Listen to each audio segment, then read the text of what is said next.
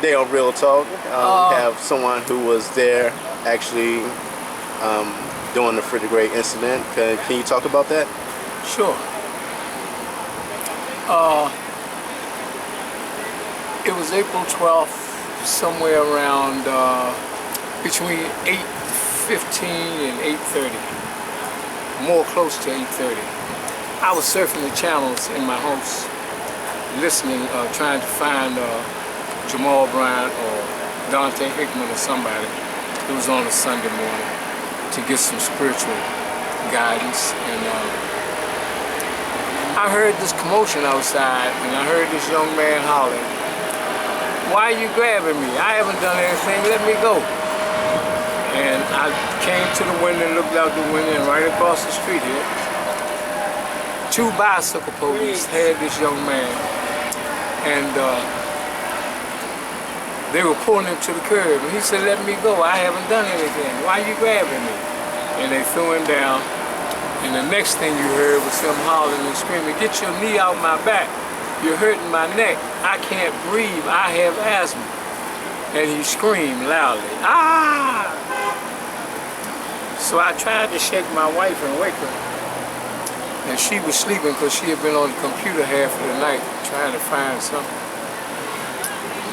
So I came back to the window, and they were picking him up off the ground, and they brought him up to where you have those wings on the wall across the street. Wings over there across the street. On that wall. And they threw him on the ground.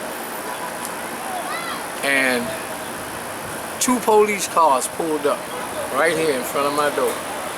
The first car was that lieutenant and another officer. They jumped out. And then the last car was a black officer. He got out. And the two officers ran across the street. You could hear their keys. Ching, ching, ching. And the second one, he walked across the street. And that lieutenant said, "Put him on the ground."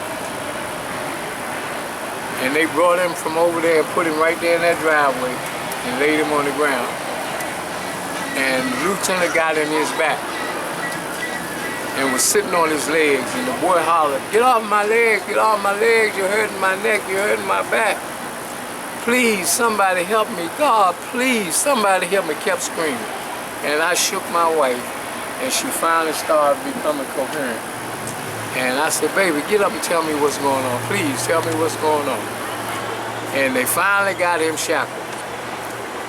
No, the police said, "Shackle, I'm gonna shackle him, because he's not shackled right to get in the van."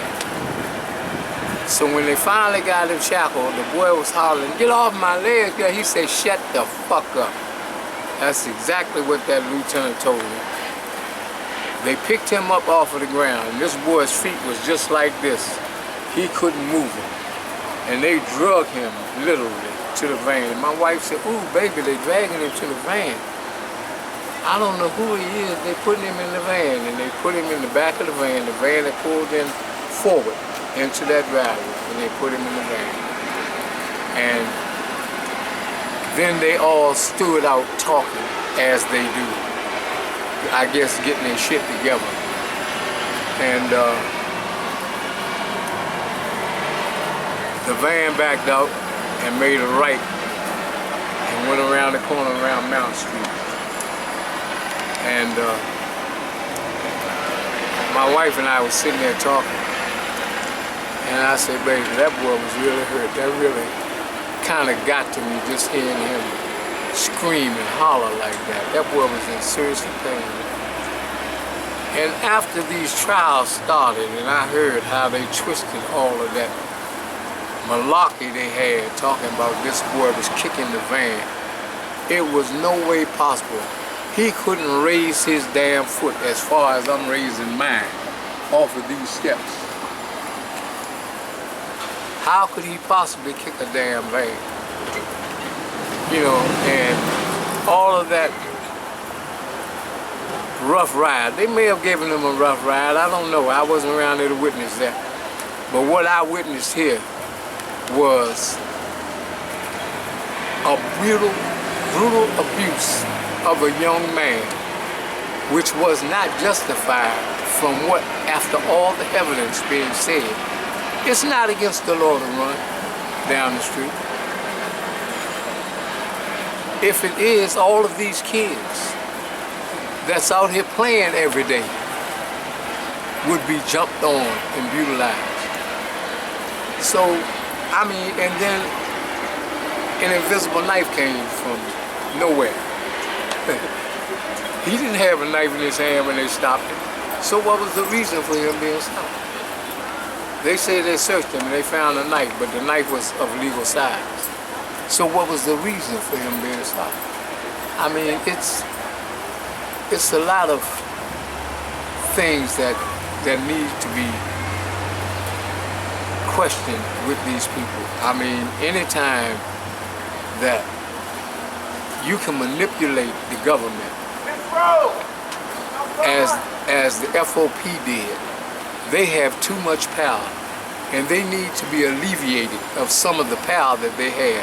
It needs to be a medium between the FOP and the federal courts, where there's a body of civilian people who judge the crimes that are being accused against the police and judge whether or not they are able to be committed for those crimes. I gotta ask you on the final question, sir. Yeah.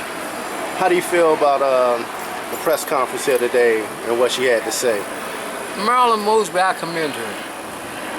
I commend her because she had the courage of her convictions and she stood for what she believed is right.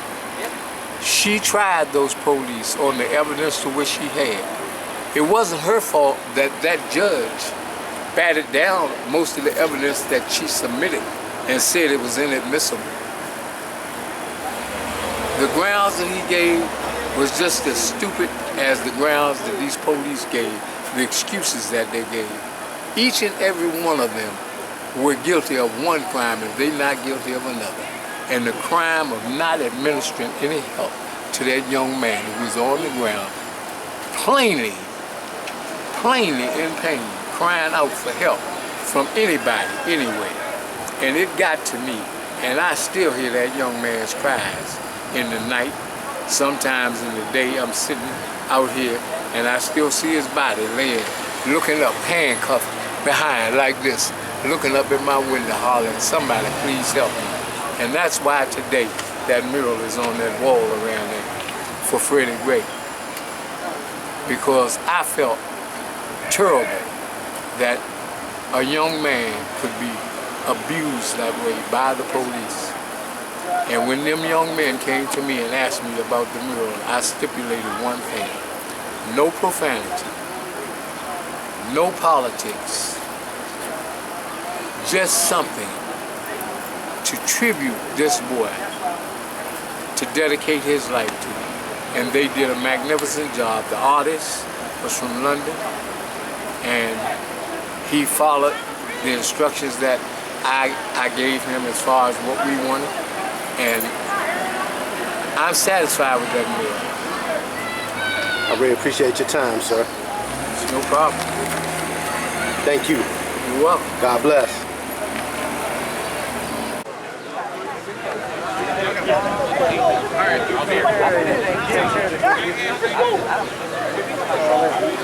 here.